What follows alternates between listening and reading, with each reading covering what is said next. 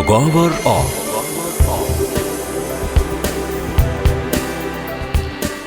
Spoštovane poslušalke, cenjeni poslušalci, lepo pozdravljeni, dober dan. Dobro smo zakorakali v vroče poletne dni, ki kar dobro odražajo vroče politično poletje.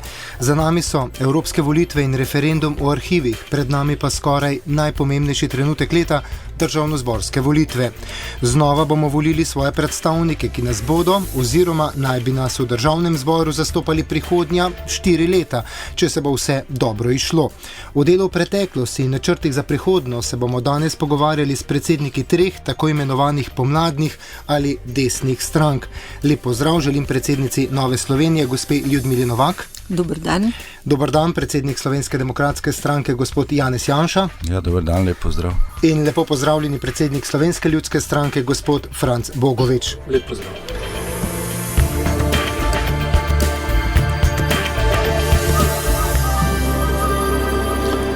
Iskrena hvala, spoštovani gostje, da ste se odzvali vabilo, gospa in gospoda. Gostim vas skupaj po skoraj 3 letih tukaj v studiu, takrat brez vas, gospod Bogovič, bil je gospod Žerjav. Evropska ljudska stranka je na nedavnih volitvah zmagala, na evropskih slavila je tudi v Sloveniji. Je to lahko napoved za 13. julij, če bo do takrat volitve, gospa Novak? To bi bilo zelo dobro za Slovenijo. Mi bomo vse naredili, kar je v naših močeh, da bodo volivci prepoznali, da imamo dober program. Nova Slovenija se je osredotočila na gospodarski program, ker mislimo, da je to težišče reševanja problemov v Sloveniji. In seveda bi bilo nasplošno za Slovenijo dobro, da bi naredila prepotrebne reforme in zakorakala na pot uspešne države. Gospod Janša? No, zagotovo. Ta rezultat je bil sijajen in tudi 13. julija se lahko v določeni obliki ponovi, kolikor bomo imeli fer in poštene volitve. Če pa nas bodo vmes zaprli, potem pa o tem ni možno govoriti. Gospod Bogovič? Slovenske ljudske stranke smo vsekakor ponosni na rezultat, ki smo ga dosegli s skupno listo z Novo Slovenijo. Pokazalo se je, da je povezovanje, sodelovanje to, kar se v Sloveniji nagrajuje, in na drug način tudi zagotovili 5. mandat Evropske ljudske stranke, ki uspešno krmari v državah, ki znajo delovati v teh težkih časih, in verjamem, da bi bila tudi dobra napoved za delovanje Slovenije po parlamentarnih volitvah, vekolikor bi stranke, ki prisegajo na delo, na vrednote, dobile možnost vodenja države. Spoštovani, v preteklosti so vaše stranke že dobro sodelovali skupaj. Spomnimo tudi na povezovanje, za katerega si je prizadeval Zbor za republiko. Danes je to sodelovanje nekoliko manjše, mogoče manj vidno navzven, pa vseeno ga imate željo obnoviti. Če pogledamo na zadnje evropske volitve, se je denimo povezovanje med vami, Novo Slovenijo in Slovensko ljudsko stranko, nekako obrestovalo. Desnica je namesto prej 4 evropskih poslancev na prejšnjih volitvah tokrat slavila s 5 mandati. Gospod Janša? Ne, zagotovo, že od samega začetka slovenske formalne demokracije, od časov Demosa, je jasno, da so pač stranke Slovenske pomladi edina realna demokratična alternativa v Sloveniji, ki je sposobna peljati razvoj države v smeri Evropske Slovenije. In kadarkoli je bil ta poudarek močnejši, je Slovenija napredovala. Kadar je bil potisnjen v zadje, smo tonili v zadolževanje, v brezposelnost, v socialne stiske in v zaostajanje za povprečjem razvitosti Evropske unije. Gospod Bogovič? V zadnjih 10 letih, če se osredotočimo na obdobje od leta 2004 naprej, je bilo 5 let, ko so te stranke vodile državo, in 5 let, ko slovenska politična levica in tisti, ki objokujejo čase Drnovška, iščejo kombinacije, kako voditi državo. Če teh 2x po 5 let razdelimo, je zagotovo teh 5 let, ki so jih vodile stranke Slovenske pomladi, 5 let, ki jih lahko označimo kot bistveno uspešnejše, kot tistih 5 let, v katerih je leva vlada zadolžila Slovenijo za 20 milijard in ne zna in noče odgovoriti na izzive krize, ki so v državi. Tako da v tem delu lahko mirno rečem, da je vsebinsko, programsko, vrednostno, da so to tri stranke, ki vedo, kaj hočejo, in na takšen način mislim, da znajo bolje voditi državo kot levo-sredinske vlade.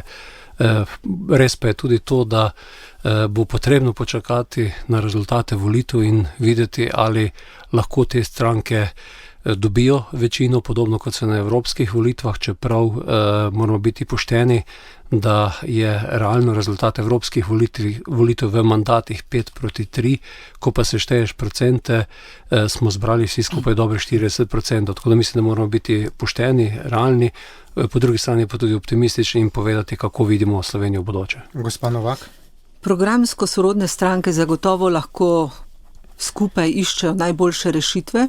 V preteklosti smo že pokazali, da znamo sodelovati, da je naše sodelovanje rodilo tudi neke konkretne rezultate, da je bilo to dobro za Slovenijo. Seveda je vedno smiselno sodelovanje, povezovanje programsko sorodnih strank in tudi strank, ki se med seboj spoštujejo, ki imajo neke korektne odnose, ki znajo skupaj graditi prihodnost in najti prave rešitve. V tem duhu, v tem smislu je Nova Slovenija vedno odprta, seveda pa mi si predvsem želimo, da bi lahko na podlagi našega programa, ki ponuja dejanske odgovore za prihodnost, lahko sodelovali v bodoči koaliciji. Desnici v zadnjih letih podpora pada. Največ je dobila skupaj leta 1996 čez 45%, ampak procentualno gledano je podpora vašim strankam iz volitev v volitve manjša, nekoliko manjša, niha mogoče med vami. Kako boste prepričali volivce 13. julija, da ste prava izbira, da je smiselno voliti za vsako stranko posebej, gospod Bogovič? Slovenska ljudska stranka je dosegla svoj najboljši rezultat leta 1996. Ta rezultat je do leta 2008 padal. Zadnje volitve parlamentarne so bile zadnje, pa oziroma prve, ki smo zopet delno rezultat popravili.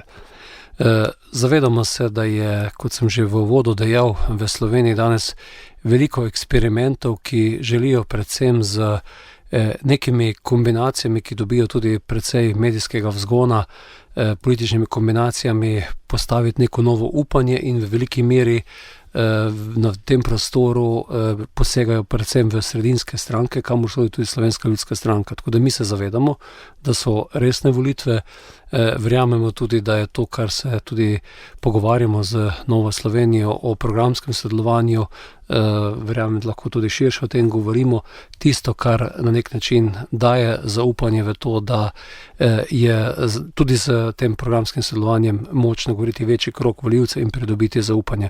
Bodo pa letošnje volitve prava preizkušnja za vse, podobno kot so bile evropske, ko je na primer kar 5 profesorjev izgubilo politično prihodnost in so morali se pač umakniti iz političnega prostora, nekaj predsednikov strank, pa tudi kakšen nosilec liste je med njimi. Tako da volitve vsake, ki so pred nami, so povsem nova zgodba in velika preizkušnja za vse, ki smo na političnem prostoru. Gospa Novak?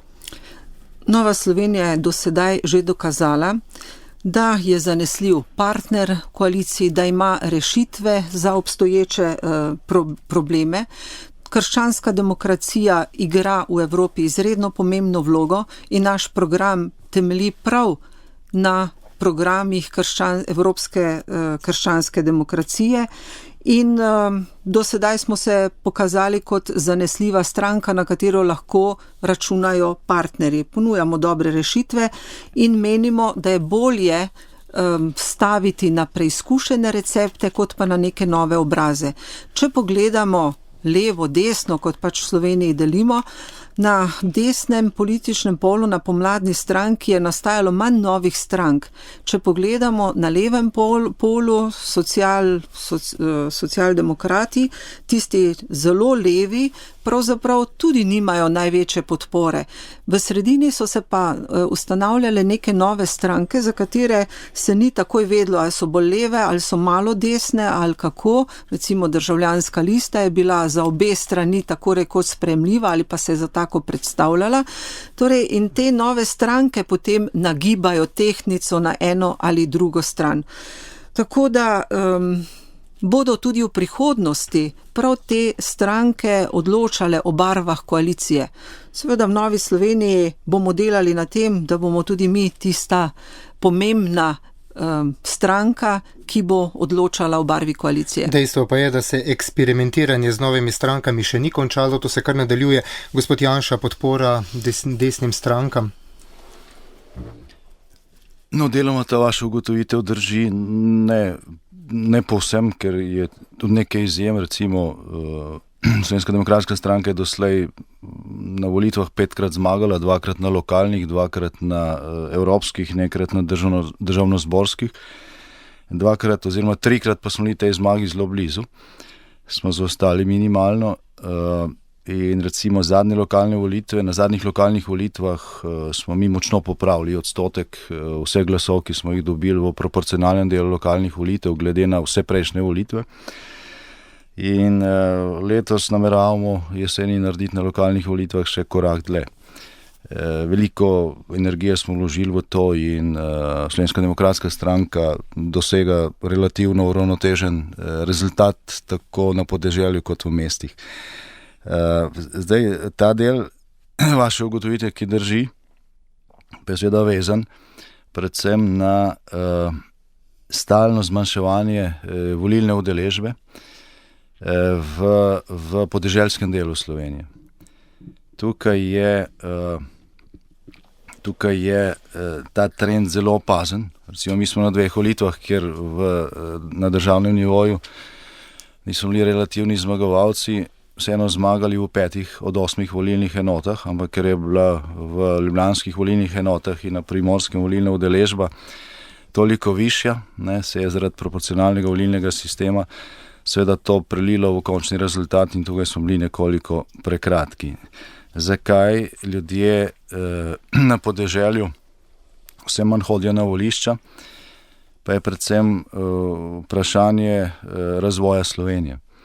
Slovenija se žal večino časa po osamosvojitvi ni razvijala na ta način, da bi sadovi skupnega dela bili enakomerno porazdeljeni po državi.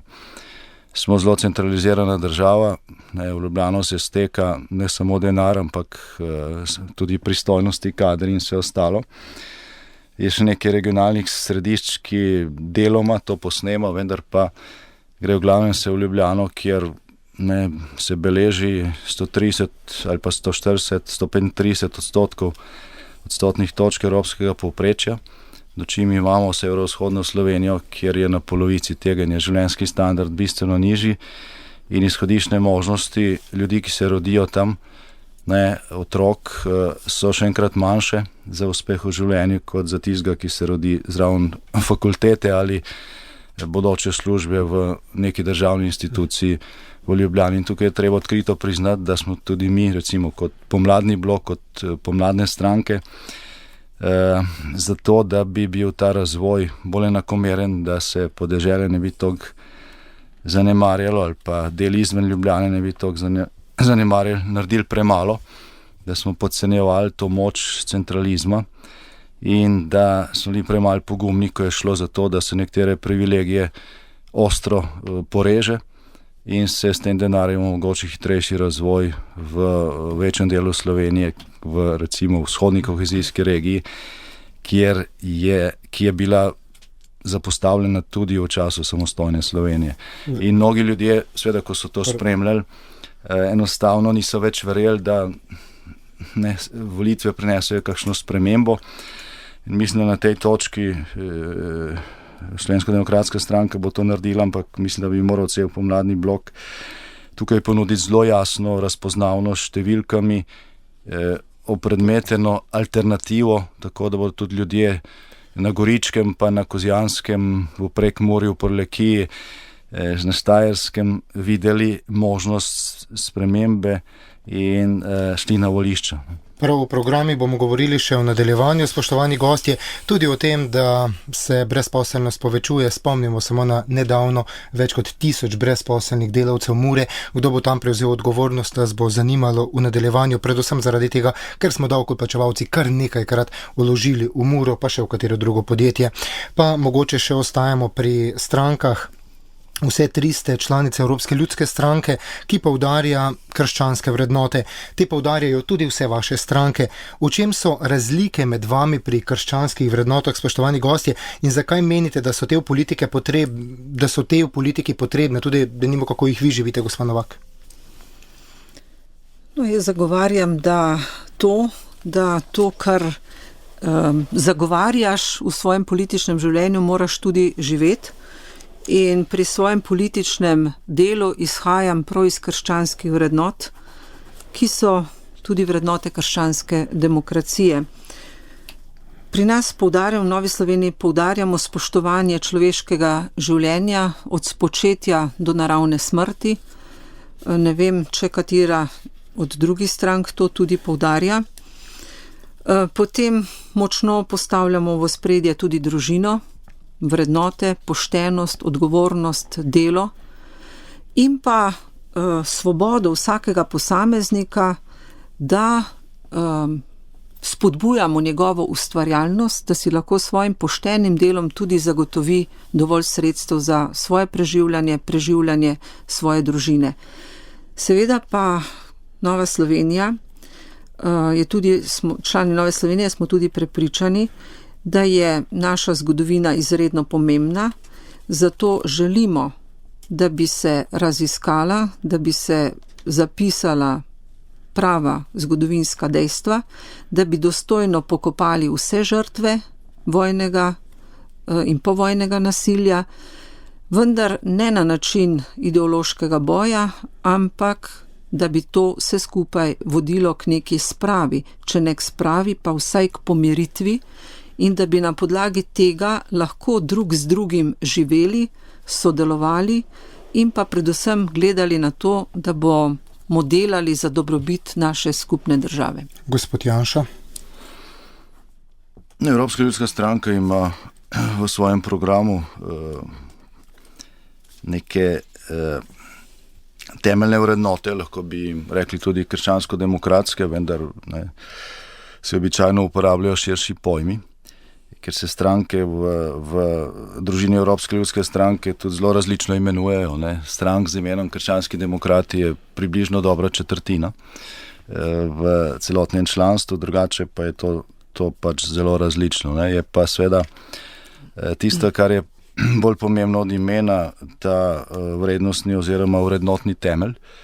In glede na to, da vse 3 stranke, ki jih predstavljamo sedeči tukaj za mizo, v Evropi ta vrednotni temelj delimo. Se mi zdi, da bi moral biti ta dovolj širok tudi za neko vrednostno osnovo ali pa vrednotno osnovo sodelovanja doma. Še toliko bolj in če pogledamo za nazaj zgodovino od Demosa naprej, teh 2 desetletij in še nekaj let, vidimo, da večinoma je bilo temu tudi v praksi tako. So pa bile posamične razlike, konflikti in tako naprej. Tisto, kar bi se morali tega manjšega dela zgodovine naučiti, je to, da to ni koristilo nikomur. In da so od tega vedno profitirali drugi, se pravi tisti, ki imajo drugačne vrednote. Zdaj, kar se tiče pogleda na preteklost, je tukaj ne samo v pomladnem bloku, ampak na sploh slovenskem bližnjem prostoru nujno treba doseči dogovor o spravi, ki bo lahko temelji zgolj na resnici. Dokler bomo eni zagovarjali resnico ali pa dejstvo, da je pač stvari treba raziskati in jih ovrednotiti objektivno, drugi pa bodo govorili, da je resnic več, in potem zmaga tista, ki se razglaša preko močnejših zvočnikov, sploh ne bo prišlo do neke stične točke, na podlagi katere bi se lahko začela graditi sprava. Zdaj, leta 1990, ko se je ta proces skušal formalno začeti, smo bili vsi zelo veliki optimisti, ampak nekateri smo bili zelo naivni, na drugi strani pa se je očitno računalo, da treba se samo malo obrniti stran, malo dati staro šaro v skladišča, potem bo pa prišel čas, ko se bo s temi totalitarnimi simboli spet lahko mahalo in opravičevalo to, kar se je počelo včasih. In kar se tega tiče, smo zdaj leta 2014 v Sloveniji zelo daleč prišli nazaj. Smo na neki točki, ki bi nas morala strezniti. Recimo tak ekstremen sovražni govor, ki se širi preko spletnih forumov, pa tudi preko osrednjih slovenskih medijev, vedno kot tema nanese na polpreteklo zgodovino, na to, da je treba dostojno pokopati mrtve. In zadevo, kar se tiče preteklosti, ovrednotiti objektivno, ne pa skozi ideološko očala, to nas lahko vse zelo skrbi. In bolj je to predvolilna tema, bolj je to v ospredju, bolj so tisti realni problemi, ki Slovenijo pestijo, v ozadju. Ob tem je pa treba povedati, da dokler teh stvari Slovenci ne razčistimo, bo vedno tako. Zdaj, preteklost bo vedno vlekla za noge, mrtvi, ki niso pokopani, bodo vedno kričali in opozarjali na to nepietetnost in na to krivico, dokler se te stvari pač ne uredijo. In bila bi neka velikanska ironija zgodovine, če bi se zgodilo, recimo, da naša generacija, ki je uspela osamosvojitev nekaj, kar je nek velikanski dosežek v zgodovini naroda, ne bila sposobna vendarle najti rešitve za to, da to razklanost v slovenskem narodu odpravimo in seveda tudi popravimo krivice, ki so jo povzročili. Gospod Bogovič. Vse tri stranke pripadamo, kot ste pravilno dejali, Evropski ljudski stranki, Krščansko-demokratski stranki, tako da ta vrednostni sistem nam je vsem isti, se pravi, vrednote krščanstva so tisto, kar je naše vodilo in mora biti vodilo tako pri osebnem življenju, pri delu, v privatnem življenju, kakor tudi v politiki. In iz tega izhajajo te osnovne vrednote od družine, odnosa do vere, do cerkve, če hočete. Od tu naprej pridemo pa tudi na ostali del družbe, ki je organiziran po principih, katere zagovarjajo stranke krščanske demokracije. Eno prvih pravil, ki je in se razlikuje, od socialističnega bloka, je zagotovo, da mora prihodnost temeljiti na resnem, odgovornem delu, na odgovornem odnosu do javnih financ, da se morajo spoštovati pravila, kot so pravila solidarnosti, se pravi, da v družbi pomagamo tistim, ki so pomoči potrebni, da ne spodbujamo oziroma odpravljamo tudi lažno socialo, ki je lahko velik problem ali pa del deviacije sistema, da se spoštujejo pravila, kot so pravilo subsidiarnosti, se pravi, da državo razvijamo tako, da se pristojnosti odvijajo tam, kjer je najbolje to moč storiti. Tu je ta problem v Sloveniji, da imamo zelo centralizirano državo in bi morali se ta pravila spoštovati.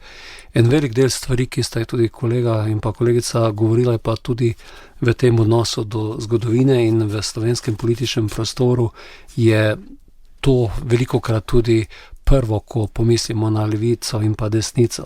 Slovenska ljudska stranka je leta 1994 sprejela jasno deklaracijo kongresno, na kateri se je opredelila do vseh teh zgodovinskih dogodkov, bodisi NOB-ja, kjer smo naredili ločnico med revolucijo in pa tistimi, ki so se tudi na tej strani borili za osvoboditev države, obsodba povojnih pobojev, obsodba dogodkov, ki so se dogajali v okviru ukrepov službe državne varnosti.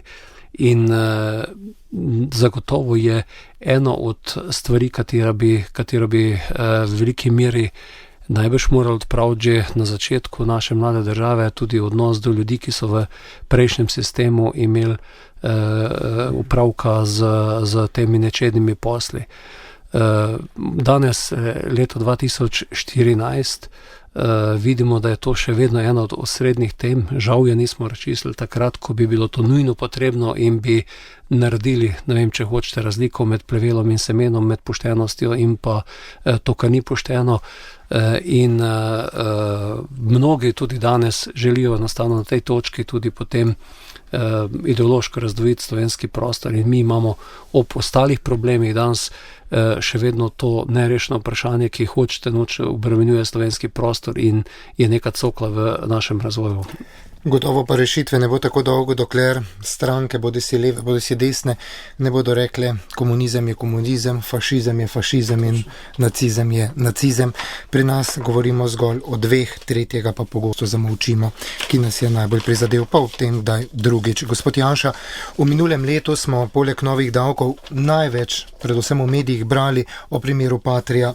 Bila je predmet mnogih razprav, okroglih mis in podobno. Sedaj je jasno, v zapor naj bi šli 20. junija. Ustavni sodniki še niso odločili o vaši pritožbi. Tukaj pa me zanima predvsem, gospod Janša, vaša ocena procesa. Veliko ste že govorili o njem, pa vendar. Mediji so se v teh dneh razpisali, kaj bi morali storiti po 20. juniju, tako kot predsednik stranke, kaj bi morala storiti stranka, kako vsem tem odgovarjati in tudi vaša ocena nasploh procesa Patria. Trajajo več kot 3 leta. Ja, zato ocena rabila dolg časa, ne? Zdaj ne vem, če ga imamo. Poskušal zelo na kratko. Poglejte, medijsko je ta proces oziroma afera izbruhnila 3 tedne pred volitvami leta 2008. In je bila to eno od osrednjih predvolilnih tem v času, ko bi se moralo slovensko volilno telo začeti pripravljati na krizo, ki je takrat že zajela Evropo, ampak se ni. Razpravljali smo o plačah medicinskih sester, to je bil edini tak, recimo, realni problem, verjetno ne največji, in o Patrii. Potem 2 leti ni bilo nič. 3 tedne pred lokalnimi volitvami leta 2010 je potem revija Mladina objavila obtožnico. To obtožnico oziroma obtožni predlog smo mi dobili šele 1 mesec po tistem, ko ga je objavila Mladina. Tam sem jaz obtožen, da sem neznanega dne na neznanem kraju na neznan komunikacijski način prejel obljubo neznane nagrade. Potem se ni dogajalo ponovno 1 leto nič in rečeno je bilo, da vsaj še 2 leti ne bo postopka, ker pa čaka na vrstni red. Potem so leta 2011 razpisane predčasne volitve in glej ga zlomka, 1 teden potem, ko so bile volitve razpisane, smo dobili obvestilo, da se bo začel sodni proces. In to je potem trajalo preko 50 obravnav na sodišču najnižje stopnje, čeprav se je govorilo o mega procesu, na sodišču, kjer sodi samo ena sodnica in ta je izrekla obsodilno sodbo potem lansko leto. Višje sodišče pa je to sodbo potrdilo sredi volilne kampanje za evropske volitve, konec aprila letos. Na podlagi te potrditvene sodbe sem potem jaz včeraj prejel poziv na prestajanje kazni za 20. junij, se pravi naslednji teden. To pa že pade sredi volilne kampanje za volitve, ki bodo 13. julija.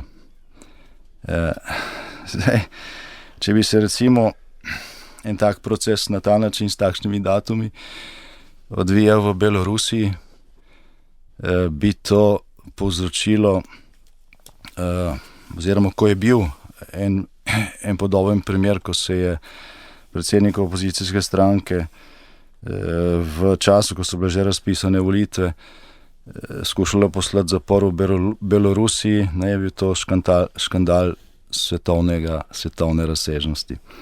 Slovenija ni Belorusija, je članica Evropske unije in zaradi tega je to še dodatno čudno. Zdaj danes Ustavno sodišče ni sprejelo odločitve, ne vemo, kdaj jo bo, smo pa danes dobili sodbo Vrhovnega sodišča v zadevi Protikorupcijska komisija. In vi ste prvi, ki za to slišite, ker smo sodbo ravno kar prejeli. Zdaj Upravni senat Vrhovnega sodišča je v celoti odpravil sodbo Upravnega sodišča, ki je potrdilo poročilo Protikorupcijske komisije. Ta sodba je danes v celoti odpravljena in v Upravnemu sodišču je bilo naloženo, da vsebinsko presodi. Češ, da je upravno sodišče zgolj ugotovilo, da je bilo z poročilom korupcijske komisije vse v redu in tega ni niti obrazložilo. Zdaj ta sodba, ki jo imam tukaj, v celoti problematizira to odločitev, potrditveno sodbo upravnega sodišča. In tukaj imamo nek judikat, rekel zadnje stopne, v tem primeru v Sloveniji, do katerega pa je prišlo leto pa pol, po tem, ko se je tisti škandal zgodil. Med drugim, ta sodba, ki smo jo danes dobili, tudi dokaj neposredno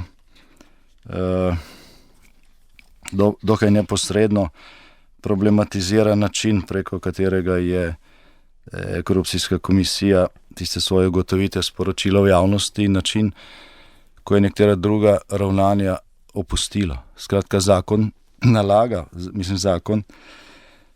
korupcijski komisiji nalaga dolžnost in pristojnost preverjanja premoženja, vendar v primeru, če ta komisija ugotovi kakšne nepravilnosti, je dolžna to sporočiti pristojnim organom in predlagati ukrepe. Recimo, če pri nekom ugotovi premoženje neznanega izvora, mora predlagati, da se to premoženje zaseže. V tem primeru je pa komisija objavila neko poročilo, za katerega je rekla, da je dokončno, kar ni res, ker je pač se kasneje skazalo, da je možna pritožba, ni pa predlagalo nobenega ukrepa. Torej, ta sodba je velika klofuta tako KPK-ju, kot sem tistim, ki so na podlagi tega sprejemali kakršnekoli odločitve, samo te posledice so zdaj nepopravljive. V tem času so vmes deloma tudi zaradi tega padli 2 vladi, Slovenija se je kobacala v tej krizi in tisti, ki so zlorabili neko državno institucijo za nek politični obračun, so zdaj že na varnem, so odstopili.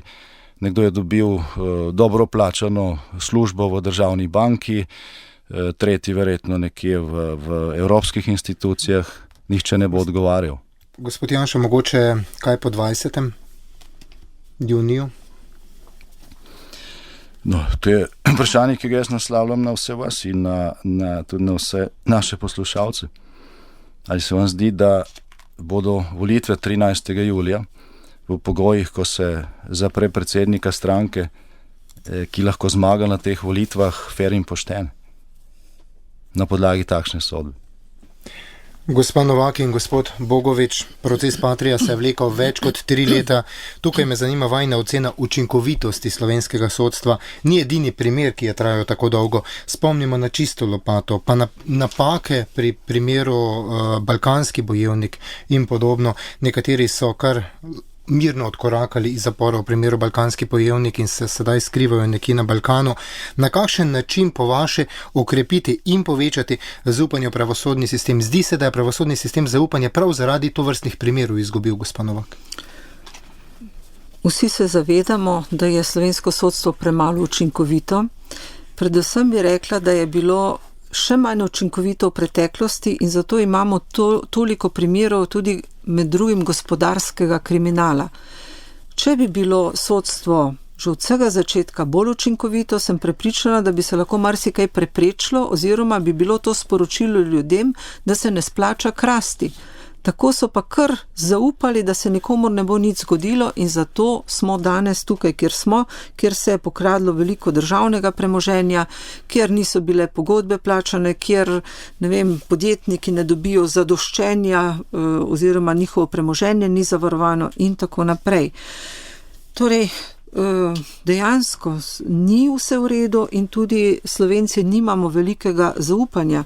Jaz si seveda želim, da bi Državni zbor kot zakonodajalec sprejemal takšne zakone, ki bi bili izvedljivi in pa da bi sodstvo znalo tudi te zakone ne samo delati po zakoniti poti, ampak tudi, da bi sodilo v duhu zakona oziroma v duhu pravičnosti. Tako pa se prevečkrat dogaja, da so neke procesne napake in zaradi tega se potem sodbe razveljavljajo, kot je v primeru prav tega balkanskega bojevnika, ni dovolj dokazov, čeprav so v drugi državi pa so neki dokazi. In tudi zaradi tega izgubljamo zaupanje v slovensko sodstvo. Treba je narediti take zakone, da so življenjski, brez lukenj, potem jih je pa treba tudi dosledno izvajati. Nikakor pa seveda ni sprejemljivo, da nismo pred zakonom vsi enaki. To večkrat govorimo tudi v primeru Komisije za preprečevanje korupcije, kjer pač se nekoga morda drugače obravnava kot nekoga drugega. Ko se govori ali pa so znani v nebo pijoči primeri, pa se pač tem ljudem nič ne zgodi. Torej sodstvo mora biti tudi pravično in pa biti enako za vse. Gospod Bogovič. Sodstvo in celotna pravosodna veja zagotovo nima zaupanja v slovenskem prostoru, kot še mnogo institucij države ne. In cela vrsta je teh nebo pijočih primerov, če se samo spomnimo od človeka, ki je na sodišču bil kriv smrti deklet pred diskoteko, človeka, ki je na avtocesti povzročil v pijanem stanju prometno nesrečo, celo vrsta organiziranega kriminala, o katerem se zdaj govori, gospodarskega kriminala in več kot očitno je, da ima naše pravosodje določene procesne težave, v katerih najprej cela zadeva traja absolutno predolgo in da je ali tako narodna zakonodaja ali pa sodstvo, da je venomer so neke čeri, na katerih ti postopki, ki so na prvi pogled dokaj enostavni, propadejo. Od tu naprej pridemo tudi na to, kar je bilo osnovno vprašanje na področju politike in pa ocene oziroma vpliva pravosodne veje in organov pregona na politični prostor. Glede na tudi tu nekatere indice in pa če hočete tudi nekatera dejstva, nekatere stvari, ki so ljudem splošno znane, se tudi tu človek ne more znebiti občutka, da bi bilo ta veja oblasti enako pravna do vseh akterjev. Lahko govorimo o levih in desnih politikih in v tej točki zagotovo lahko se poraja en dvom o tem. Tu je še toliko večji problem, to, kar je bilo že rečeno, da se takšni postopki lahko imajo posledice, ki so težko popravljive. Po drugi strani pa je stališče tako moje kot v Slovenski ljudski stranki, da pa enostavno kot politik, predsednik stranke, ne morem soditi o tem, ali je neka sodba prav napisana, pravična ali ne, in da mora se pač to v postopkih zgoditi in priti do končne razsodbe. In v tem smo že nekajkrat tudi upozarjali na to, da bi najbrž za te ključne politične procese, pa tudi procese gospodarskega kriminala morala biti neka posebna hitrost v tej obravnavi teh primerov in da so zadeve čiste in da pridemo do končnih odločb v relativno kratkem času, ne pa, da se stvari odvijajo skozi leto in propadajo podjetja, propadajo podizvajalci ali pa če hočete se na posredni način vpliva na političen prostor v Sloveniji. Gospod Janša, po vseh teh primerih, ki smo jih omenili, bo težko povrniti zaupanje v slovenski pravosodni sistem? Ja, če samo še dodam prej, glede Patrie, gledajte, v tem času ta proces se vleče 6 let. V tem času smo imeli 3 ali 5 volitev. Vedno je bila to tema. V tem času je bil minister, ki je podpisal to sporno ali pa domnevno sporno pogodbo, pravnomočno oproščen. Tisti, ki naj bi ponudili obljubljene znane nagrade, so bili na Finskem oproščeni. Na Finskem ima sodstvo po raziskavi Eurobarometer iz lanskega leta zaupanje 84% državljanov. V Sloveniji pa ima sodstvo zaupanje 24% državljanov. To je najnižja stopnja zaupanja v celotni Evropski uniji. Zdaj, gospod Bogovič je prej rekel, da imajo tudi nekatere druge institucije v Sloveniji nizko zaupanje ljudi, kar je res, tudi politične stranke, ki se jih itak, odkar imamo večstrankarski sistem, razglaša za izvor vsega zla, ne. Imajo nizko stopnjo zaupanja, to je pač posledica tega, tudi lastnih napak. Vendar pa je tako, zdaj politične stranke, pa politiki, pa poslanci, pa ministri danes so, jutri niso, ne. Vsaj vsake 4 leta, zadnje čase še bistveno bolj pogosto se gre na volitve.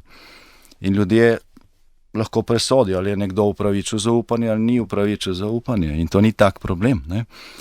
Dočim pri sodnikih je pa tako, da imajo trajni mandat. Zaradi tega je ta nizka stopnja zaupanja, ki je objektivno izmerjena z anketo po evropskih standardih, Eurobarometrom, nekaj, kar bi moralo biti alarm za vse. Namesto, da bi prišlo tukaj do neke streznitve, smo nekaj dni nazaj doživeli nastop predsednika Vrhovnega sodišča na sodniških dnevih. Danes je to objavljeno tudi na spletni strani Vrhovnega sodišča. Svetujem vsem, da si ta govor ogledajo, poslušajo. Kdor le more iti na to spletno stran, si ta govor pogleda, da bo videl, v kakšni državi živi. Predsednik Vrhovnega sodišča je imel politični govor kot France Pupit leta 1972, ker je obračunaval z drugimi sodniki, z politiki. Zdaj, nek takšen govor bi mogoče pričakoval na kakšnem kongresu, kakšne neparlamentarne stranke, ne pa na občnem zboru sodniškega društva, s tem, da je celotna dvorana huronsko ploskala tem besedam političnega obračunavanja. In spomnimo še na nekatere druge primere, nekaterih sodnikov s Titovko in podobno, ampak tudi o tem, kdaj drugi, spoštovani gostje. Gremo še na kratko k referendumu o arhivih. Za nami je referendum o arhivih, tudi poleg evropskih volitev. Oba pa je zaznamovala nizka volilna udeležba, če za referendum ne rečem kar porazna. Dejstvo je, da je zmagovalec referenduma tukaj minister, pa vseeno večina je glasovala proti zakonu. Rezultat pa je treba nekako spoštovati. Vsem manj pa je, spoštovani gostje, tistih, ki se udeležujejo volitev. Gotovo je glede na nedeljsko udeležbo več kot na mesto vprašanje 13. julija, kako bo skrb. Kako boste torej konec koncev vaše volivce prepričali, tiste, ki so vam pred 3 leti namenili glas, da tokrat naj ponovno glasujejo za vas, gospod Bogovič? Slovenska ljudska stranka je stranka, za katero bomo jasno povedali, da je vredna zaupanja. Mi smo v zadnjem letu ali pa v zadnjih letih povedali in pokazali, kaj je naše ključno vodilo. Ključno vodilo je, da je v tej državi potrebno več narediti, več delati, da ni v tej državi perspektiva v tem, da bomo iz dneva v dan dvigovali davke. Na najbolj jasni in odločen način smo to pokazali pri preprečitvi uveljavitve nepremičninskega davka, kjer smo dejansko pokazali, kaj pomeni desen volilni program, da enostavno ne moreš tiste, ki so in še danes delajo iz dneva v dan prekomerno obremenjevati. Na drugi strani želimo z zelo jasnimi programskimi izhodišči povedati, da želimo državo, ki bo bistveno bolj enostavna. Celo vrsto procesov, ki se danes odvijajo na državnem nivoju, je treba enostavno premisliti, kateri so potrebni, operativne stvari pa enostavno spuščati na nižji nivo, bodisi povezav, medobčinskih povezav, in na tem nivoju pravzaprav urediti in narediti te stvari, ki se tu izvajajo, bistveno bolj učinkovite. Enakomeren regionalni razvoj, krepitev delovnih mest tudi po podeželju, decentralizacija države, to so tiste ključne stvari, na katerih smo pokazali in dokazali doslej že za svojim delom. Sam imam neko izkušnjo iz občine Krško, kjer smo pokazali, da se da v nekem jedru tudi narediti nek razvoj gospodarski, narediti neko jedro, kjer so nova delovna mesta, in cela vrsta naših županov je doslej pokazalo, da se to da narediti, in to tisto, s čimer želimo tudi prepričati naše volivke in volivce. Kar se tiče priložnosti, ki jih imamo, zagotovo poudarek našim ključnim naravnim virom, hrana, voda, les, in pri hrani večjo samooskrbo, pri vodi od poplavne ureditve do če hočete, namakalnih sistemov do urejenih kanalizacij, pitne vode in podobno, pri lesu kot ključnem bogatstvu pa vzpostavitev lesnih centrov na osnovi, ker ga tudi urediti učinkovito gospodarjenje tako v zasebnih, kakor tudi v državnih gozdovih. Gospa Novak. Nova Slovenija je bila do sedaj najmanjša parlamentarna stranka in kljub temu, da smo imeli ali pa imamo 4 poslance, smo dokazali, da smo delavni, odgovorni, da želimo izvajati neko konstruktivno, vključevalno politiko, da smo za dialog, za sodelovanje. Potem smo pa tudi že kmalu začeli s pripravami na nove volitve, kajti zavedamo se, da ima Slovenija velike probleme in da je potrebno poiskati prave odgovore za te probleme. Zato že več kot pol leta pripravljamo naš program in gospodarski del programa smo že potrdili. In sicer naša vizija tega programa in vizija za uspešno Slovenijo temelji na 3 postavkah in sicer menimo, da slovensko gospodarstvo lahko napreduje, je bolj konkurenčno, če bomo imeli nižje davke.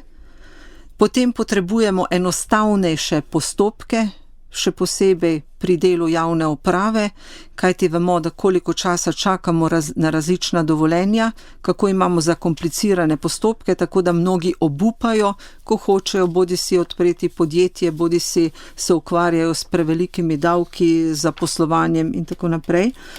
In pa želimo odprto gospodarstvo, kar pomeni, da država mora za svoje premoženje dobiti odgovorne lastnike. To pomeni, da smo za privatizacijo državnega premoženja, ki bo boljše upravljano. Odgovorni lastnik pomeni, da podjetje vodi nekdo, ki je v podjetje tudi vložil svoja sredstva, ki ima menedžerske izkušnje, ki plačuje državi davke, ki ustvarja nova delovna mesta.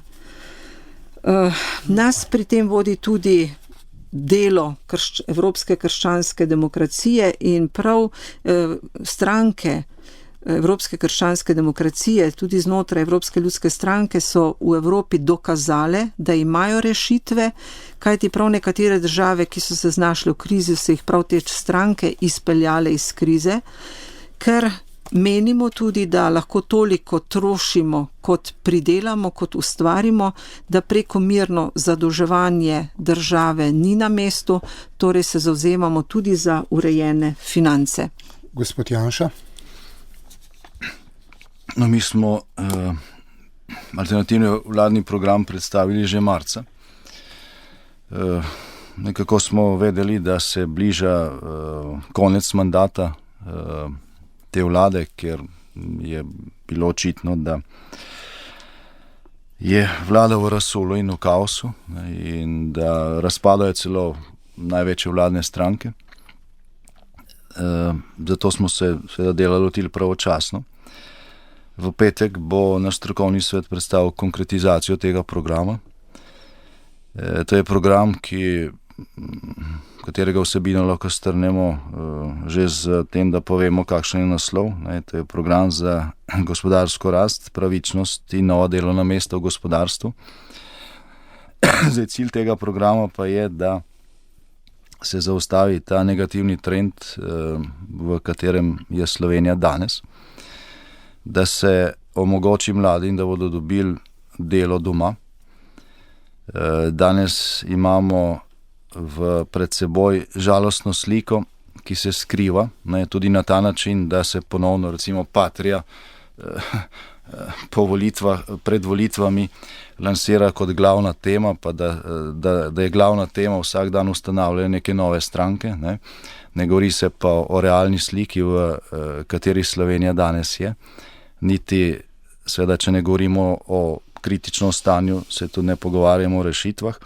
Zdaj, ta slika kaže, da imamo več kot 120 000 uradno registriranih brezposelnih, da več kot 18 000 ljudi dnevno dela v sosednjih državah, se vozi na delo predvsem v Avstrijo, da imamo na slovenskih univerzah 18 000 in še nekaj fiktivno upisanih mladih, zato ker nimajo dela, pač si na ta način rešujejo svoj status, ampak tudi to seveda obremenjuje proračun.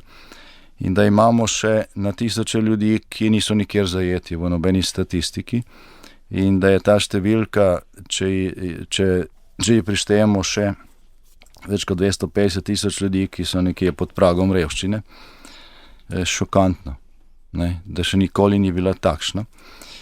Da recimo, da smo imeli leta 2007, ko so plače realno zrasle v 4 letih za 24%, ko je Slovenija izdala 150 tisoč delovnih dovoljenj za tujce, ne, in smo imeli rekordno nizko brezposelnost, smo imeli v Ljubljani sindikalne stavke, kjer so govorili o tem, kakšna revščina je in tako naprej.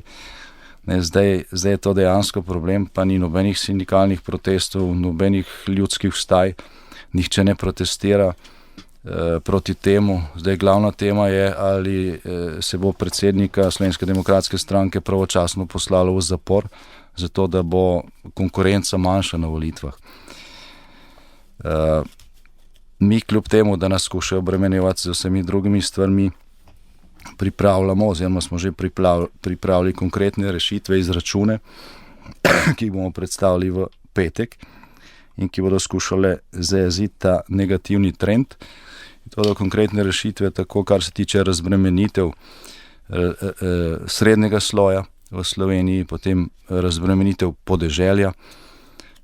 Naša ostra zaveza bo nobenega nepremičninskega davka. Ne, to je napad na pridnost in delovnost, tako kot je bilo zamišljeno, in dodatno siromašenje predvsem podeželja. Ne, to je bil udar levičarske vlade po slojih, za katere smatra, da niso njihovi volivci. Ne, popolnoma nepravičen ukrep. Nič od tega ne bo v prihodnem mandatu, če ga bomo mi lahko vodili. Tukaj bodo konkretni ukrepi tudi za razbremenitev družin z otroki. Ne. Tisti, ki družine z otroki morajo imeti posebno dodatno varstvo v Sloveniji, kajti tisti, ki skrbi tudi za svojega otroka, skrbi tudi za prihodnost drugih, ne samo za lastno prihodnost, ker poleg vsega, čeprav se to mogoče grdo sliši, vzgaja in spravlja k kruhu bodočega davkoplačevalca in tistega, ki bo plačeval v pokojninski sistem. Vedno v Sloveniji, ko imamo na oblasti levičarske vlade, pa se skuša ravno družino potiskati nekam na obrobje, in tudi z ukrepi, ki v konceptualnem smislu zapostavljajo to temeljno celico družbe, razvrednotiti nekaj, od česar je odvisna slovenska prihodnost. Ne. Tukaj bo en od ključnih poudarkov našega programa. Spoštovani gostje, nekaj o programu bi rad še z vami spregovoril, predvsem o programih vaših strank, pa vas prosim, če ste v nadaljevanju nekoliko krajši, še nekaj vprašanj imamo. Gospod Bogovič, če se nakratko zaustavimo tudi pri zapuščini vlade Alenke Bratušek, nenehno smo govorili o novih obremenitvah za državljane, bodisi podražitvah, bodisi novih davkih, bodisi zadolževanju, a danes so rezultati vseeno na gospodarskem področju vzpodbudni, tako trdi odhajajoča vlada. Kaj trdite vi in kaj boste kot stranka spremenili od do sedaj storjenega? Nas čaka še kakšen davek, mora biti kakšen davek manj? Mi smo zelo ponosni na to, da nam je uspelo ob sodelovanju drugih zaustaviti najbolj krivičen davek, ki ga je ta vlada pripravila, to je nepremičninski davek. Zagotovo je ta filozofija, ki je ta vlada vodila, da so novi davki osnova za nova delovna mesta, povsem napačna, in tega še svet ni videl in tega tudi v Sloveniji ne bomo doživeli. Ključna obremenitev, ki je danes previsoka v Sloveniji, je predvsem davek iz dela, tako da zagotovo predvidevamo na tem področju, tudi na področju dohodninske lestvice, določene spremembe, ki bi imele za posledico 200 milijonov manj davkov iz tega področja. Tako da Slovenska ljudska stranka, kot sem že dejal, v osnovi temelji na tem, da je treba narediti konkurenčne pogoje in narediti nova delovna mesta v gospodarstvu in od tu naprej se potem rešujejo vsi problemi, ne pa za novimi davki. Gospa Ljudmila Novak, v Novi Sloveniji ste bili kritični do dela vlade Alenke Bratušek. Kaj boste sedaj predlagali drugače v svojem programu, če se ne motim, napovedujete manjše davke in tudi razbremenitev gospodarstva, na kakšen način, pa tudi, ki nameravate dobiti denar za javno delovanje javne uprave? Znano je pravilo, da višji kot so davki, bolj ljudje skrivajo svoje prihodke. Zato je naša strategija v tem, da naj bodo davki nižji, primerni in da jih vseeno lahko dobimo več, ker bodo od podjetja na ta način tudi bolj uspešna in bodo lahko več vlagala v raziskave, razvoj in v nova delovna mesta. V Novi Sloveniji poudarjamo pomen malih, srednjih, družinskih podjetij, kajti na terenu sem srečala veliko primerov, kjer so taka podjetja najuspešnejša, pri tem mislimo tudi na družinske kmetije, ki so prav tako izredno pomembne in uspešne.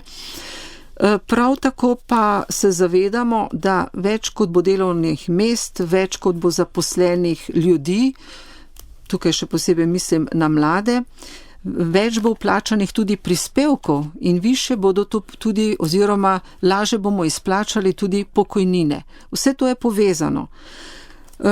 Nova Slovenija se je vedno zavzemala tudi za politiko, ki je prijazna družinam, tudi ves čas, tudi v času, ko nismo na vladi, smo se zavzemali za določene ukrepe, ki nudijo več možnosti oziroma ki lajšajo življenje velikim družinam, kajti družine so neprecenljivo bogastvo za družbo, več kot je urejenih družin, bolje kot družine funkcionirajo, bolje je tudi za družbo, zato naša politika zagotovo tudi temelji na spodbujanje družini prijaznega okolja za usklajevanje službenih in družinskih obveznosti in tako naprej.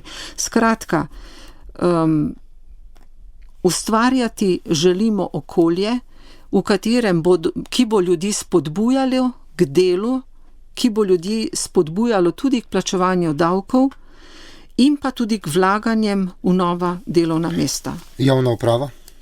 Javna uprava, na področju javne uprave je potrebno narediti korenite spremembe. Javna uprava mora postati servis, učinkovit servis za državljane.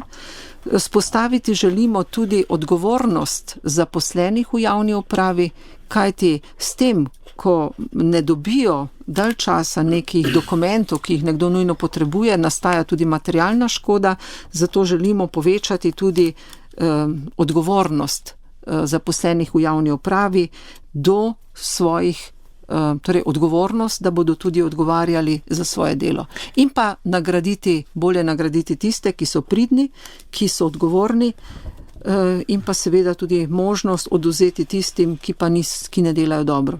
Gospod Janša, tudi v SDS ni manjkalo kritike do vlade, ali je sploh mogoče razbremeniti gospodarstvo, zmanjšati davke glede na val brezposelnih, zapiranja podjetij, nikakor pa ni na vidiku, da bi pri nas dobili kakšno veliko podjetje, kot je bilo denimo Mura, ki je odpustila več kot 1000 delavcev.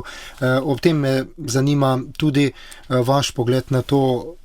Velikokrat sem že uvodoma omenil, smo vlagali v Muro, davkoplačevalski denar je šel kar nekajkrat, pa ne samo v Muro, še v nekatera druga podjetja, nihče pa ni bil poklican na odgovornost. Kakšne pristojnosti, če sploh kakšne ima na tem področju politika? Ali kdo je v teh primerih zatajil? No, odgovor se skriva v začetku vašega vprašanja, samo da je obrnjen. Ne? Ravno zaradi tega, Ravno zaradi tega, ker je toliko problemov, je potrebno razbremeniti gospodarstvo. Ne? Se pravi, vprašanje ni, ali je možno razbremeniti gospodarstvo zato, ker je toliko brezposelnih in tako naprej. Ravno zaradi tega, ker je situacija takšna. Mislim, da je to gospod Bogovič prej natančno isto ugotovil.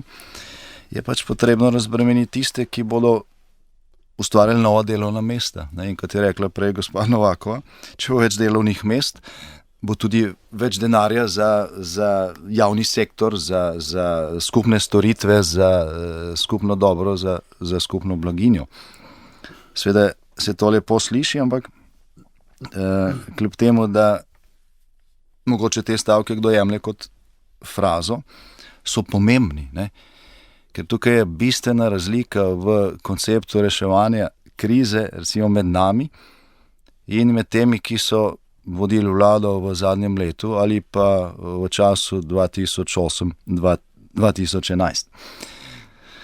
Samo na ta način, da porabimo toliko, kot ustvarimo, ne, da ne zadolžujemo še prihodnjih generacij, hkrati pa tudi sedanje generacije obremenjujemo z vedno večjimi stroški za obresti.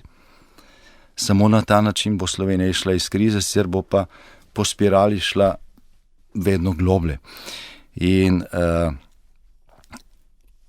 če ne bomo popravili poslovnega okolja, ne, seveda tudi tujih investicij ne bo novih podjetij, ne, niti takšnih, ki imajo 10 zaposlenih, kaj šele takšnih, kot je bila Mura, ne, na zadnje za 1000 in še nekaj zaposlenimi. Za to prav te ni nihče odgovarjal. Zdaj, vemo, kdo je zadnji saniral Muro. Ne. Ista oseba, ki zdaj sanira Državljansko listo. Približno enak uspeh bo verjetno. Ne.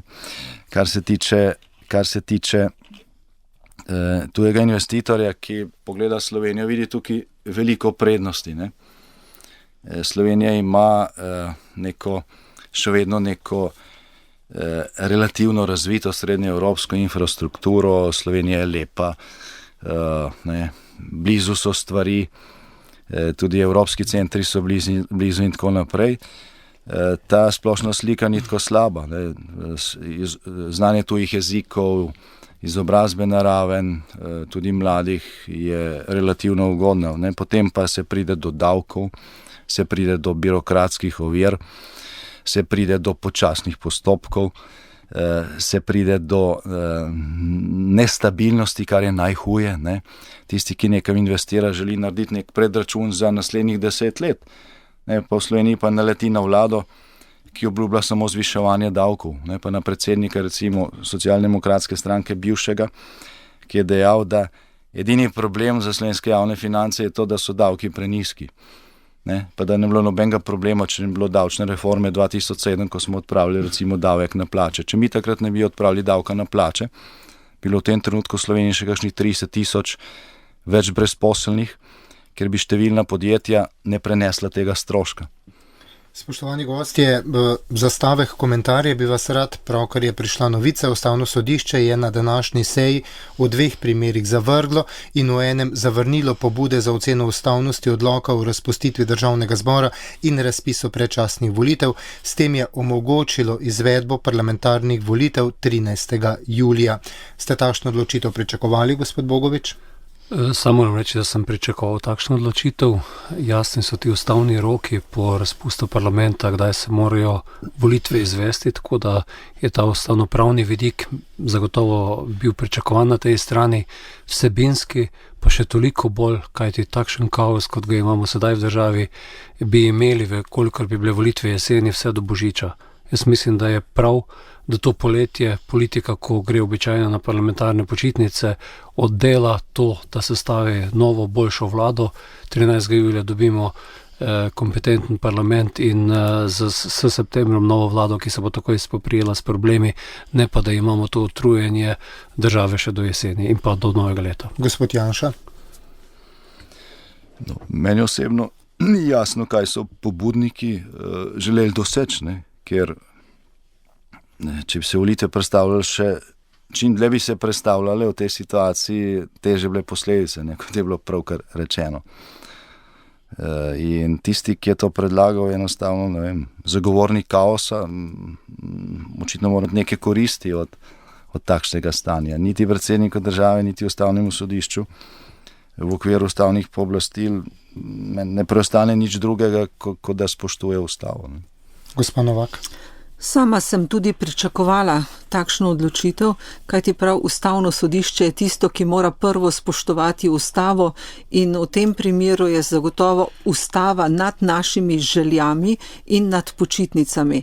Seveda pa apeliram na vse državljane, da izkoristijo to možnost, vsakemu privoščim dopust počitnice, pa vendar tudi na počitnicah je mogoče glasovati, tako da prijavimo kraj našega letovanja in potem lahko oddamo tudi svoj glas tistemu, ki smo mu ga pač namenili.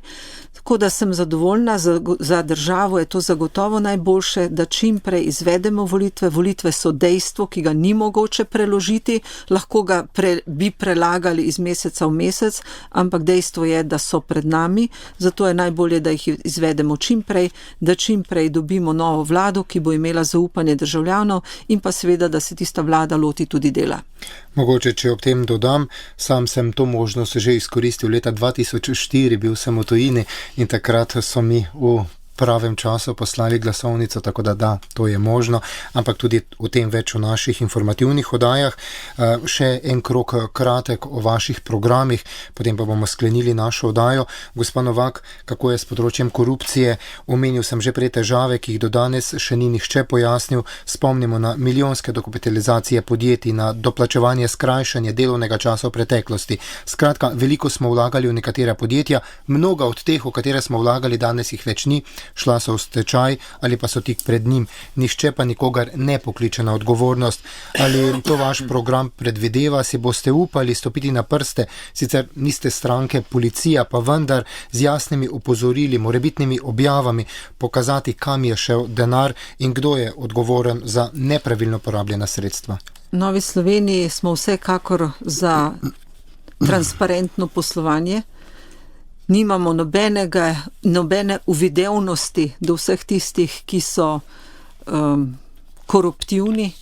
Vemo, da je to v Sloveniji velik problem.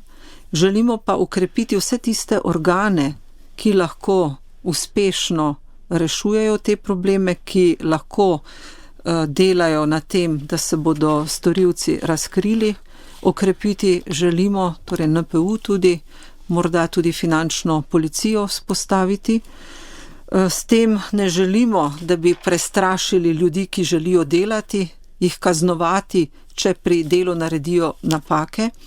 Mi predvsem želimo, da bi inšpekcijske službe dejansko odkrivale namirne nezakonitosti, hkrati pa bile tudi svetovalne, vlogi svetovalca vsem tistim, ki želijo pošteno delati, pa vendarle se pri svojem delu srečujejo tudi s težavami. Tudi pravosodje mora pri tem prevzeti svojo odgovornost za stanje, v kakršnem je, ker je pač delno tudi odgovornost na tem.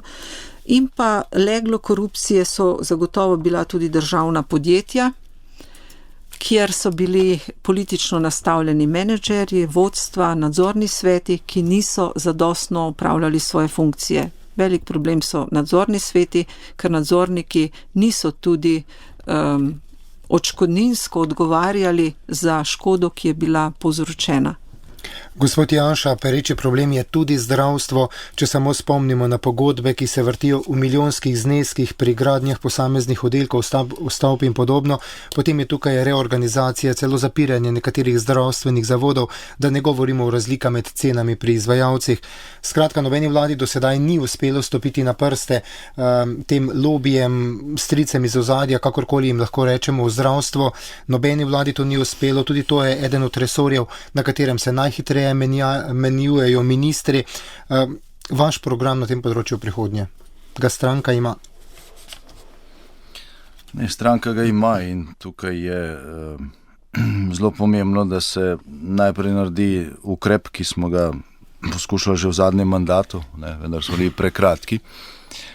To pa je, da se pri javnih naročilih izbira veže na odgovornost. Se pravi, da tisti, ki je odgovoren v instituciji, ki objavi neko javno naročilo, tisti mora imeti besedo pri izbiri, vendar tudi odgovornost. Zdaj je pa tako, da se odgovornost skrije za neke komisije in na koncu za državno revizijsko komisijo in tako naprej.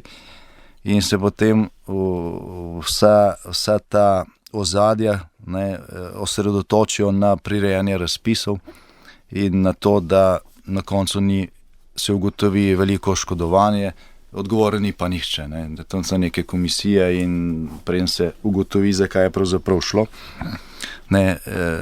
še kakšna druga milijarda ponikne.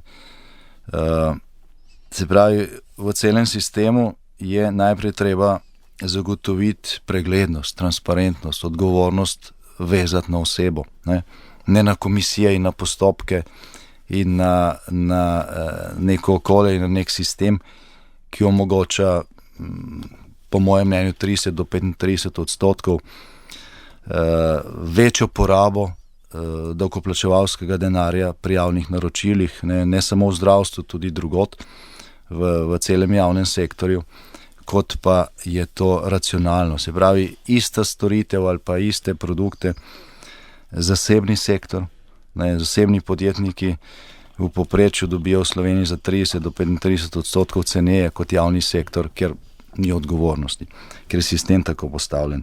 Je pa to izjemno zakomplicirana stvar, tisti, ki zadaj vedrijo in odločijo, razni strici pri teh javnih naročilih so v 20 letih poskrbeli za nek sistem, ki je hobotnica, seže pravzaprav povsod in samo izjemno močna vlada se lahko s tem spopade. Zdaj, k prejšnjemu vprašanju, nasploh glede korupcije pa zgolj nasprotno vprašanje. Zdaj, davkoplačevalci smo in še bomo in tudi naši otroci bodo sanirali to bančno luknjo v višini tam 5-8 milijard evrov. To je ogromen denar, to je skoraj cel letni proračun te države. Poznate ime kakšnega bančnika, ki bi bil v postopku zaradi te luknje? Tudi o tem smo že večkrat spregovorili, do danes ga ni bilo junaka in upamo, da bomo... Ni neodvisnega sodstva, ni neodvisnih institucij in najprej je treba zgraditi neodvisne institucije, ki se bodo s tem sposobne spopasti. Tako ni junaka, ki bi jih pripeljal tja, kamor jih morem, do sedaj to ni storil še nihče. Upamo, da bo kdaj v prihodnje, mogoče tudi vam uspelo, spoštovani gostje. Gospod Bogovič, ne more mimo sociale, je res Slovenija preveč socialna država, mnogi poudarjajo. Kaj menite, da bi se dalo na tem področju reorganizirati? Številni pravijo, da je bolje biti na zavodu za zaposlovanje, kot pa da delaš v nekem podjetju. Sam poznam primer za 3 turnuse oziroma 3-izmensko delo, 450 evrov, da o pogojih dela v tistem podjetju, o katerem so nekateri polagali upe v njega. Ne govorim pa vseeno, kaj se da storiti na tem področju, morebiti okrepiti delovanje tudi pristojnih organov, inšpekcijskih služb in podobno. Pa mogoče še to, roko na srce, nenehno izobraževanje na zavodih res niso rešitev za zaposlovanje ljudi ali pač? Najprej treba povedati, da je socialna slika v državi zelo problematična. Enostavni razlogi, 120 in več tisoč brezposelnih, izredno nizke pokojnine za veliko večino upokojencev, tudi relativno nizke plače za ljudi, ki imajo plače v teh najnižjih razredih. Ko govorimo o lažni sociali, naletimo na ta paradoks, ki ste ga pravilno identificirali, da v Sloveniji zelo hitro dobiš odgovor, da se ne splača delati. Da je enostavno za neko družino ugodneje, če je nekdo brezposeln, kot da bi poprijel za delo, za katerega dobi mogoče 50, 100, 150 evrov več, kot so prejemki na centru. Na drugi strani pa imamo potem tudi izgubo celo vrste ukrepov, ki so namenjeni brezposelnim. Zato mislim, da je področju potreben korenita sprememba. Sam mislim, da je velik problem tudi to, da imamo danes centre za socialno delo, katerih ustanoviteljstvo je na državi. Sam ocenjujem, da bi to morali prenesti na nižji nivo, da bi v sodelovanju recimo na območju upravnih enot, kjer je blizu delo, kjer je blizu, so tudi ostale stvari, lažje te zadeve reševali. Ključen problem pa vidim tudi v tem, da je v Sloveniji enostavno proces šolanja neprimeren, da imamo mlade, ki, kot smo dejali prej, 18 tisoč fiktivno vpisanih po fakultetah, da imamo otroke, ki imajo cilj biti v šolskem procesu do 30. leta, imamo v šolstvu te probleme in to so eni od vzrokov, zakaj ni več dela in podobno. Potrebna pa je zagotovo tudi reorganizacija zavoda za zaposlovanje, ki bi moral se spremeniti v agencijo za delo, kjer bi lahko imeli zelo hiter in direkten dostop tudi za brezposelne, bodisi v gospodarstvu.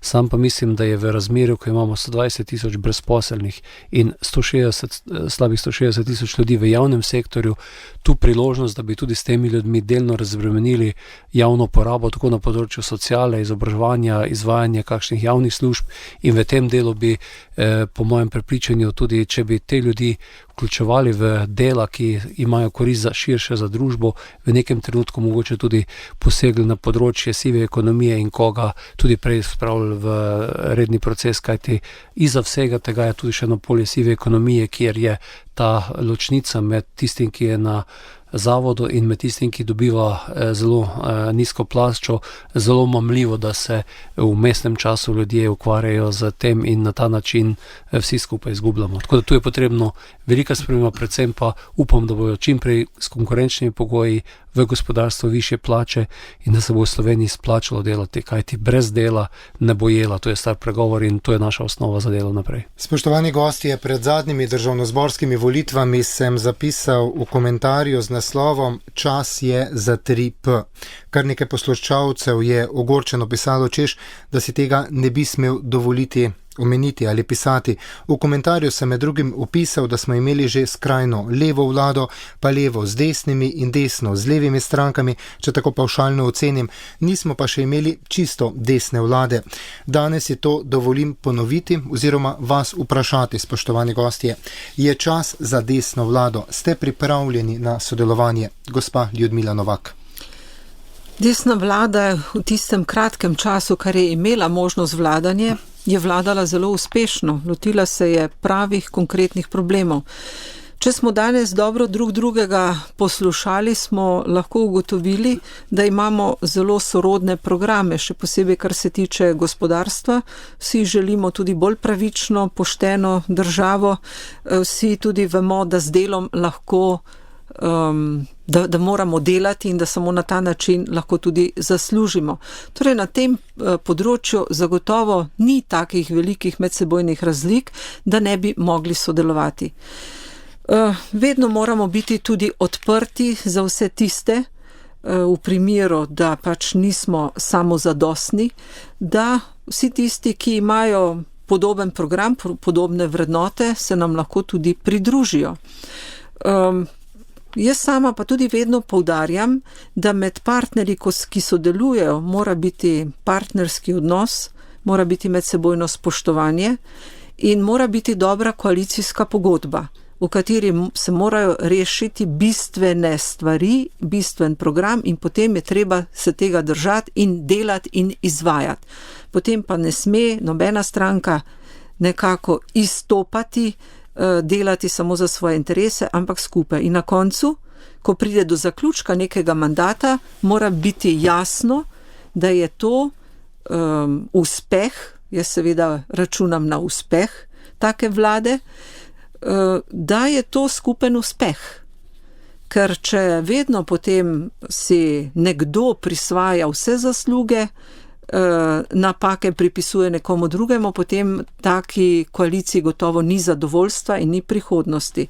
Zato jaz stavim na partnerstvo, dober program, dobro koalicijsko pogodbo in dobro sodelovanje. Gospod Janez Janša. No, vaša ugotovitev v vprašanju je pravilna, je historično, zgodovinsko točna. V Sloveniji pravzaprav stranke, ki recimo izhajajo iz pomladnega bloka ali pa če hočete iz vrednostnega okolja Evropske ljudske stranke, se pravi prevladujočega političnega modela v Evropi še vedno, zdaj že od leta 1999 naprej, nikoli niso imele same večino. Smo sicer dobili večino glasov, vendar pa nikoli nismo uspeli sestaviti vlade, ki bi imela več kot 51% v državnem zboru, zaradi tega so nekateri monopoli ostali, zaradi tega tranzicija ni zaključena, zaradi tega danes govorimo o tem, da bi morali narediti nekaj, kar so recimo druge srednjeevropske države naredile že pred 20 leti. Soočamo se z nenormalno strukturo recimo ekonomije, kjer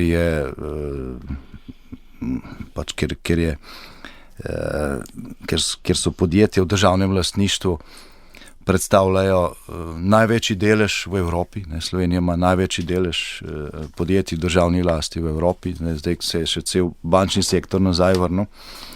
Smo blizu tega, kar je bila nekoč Jugoslavija.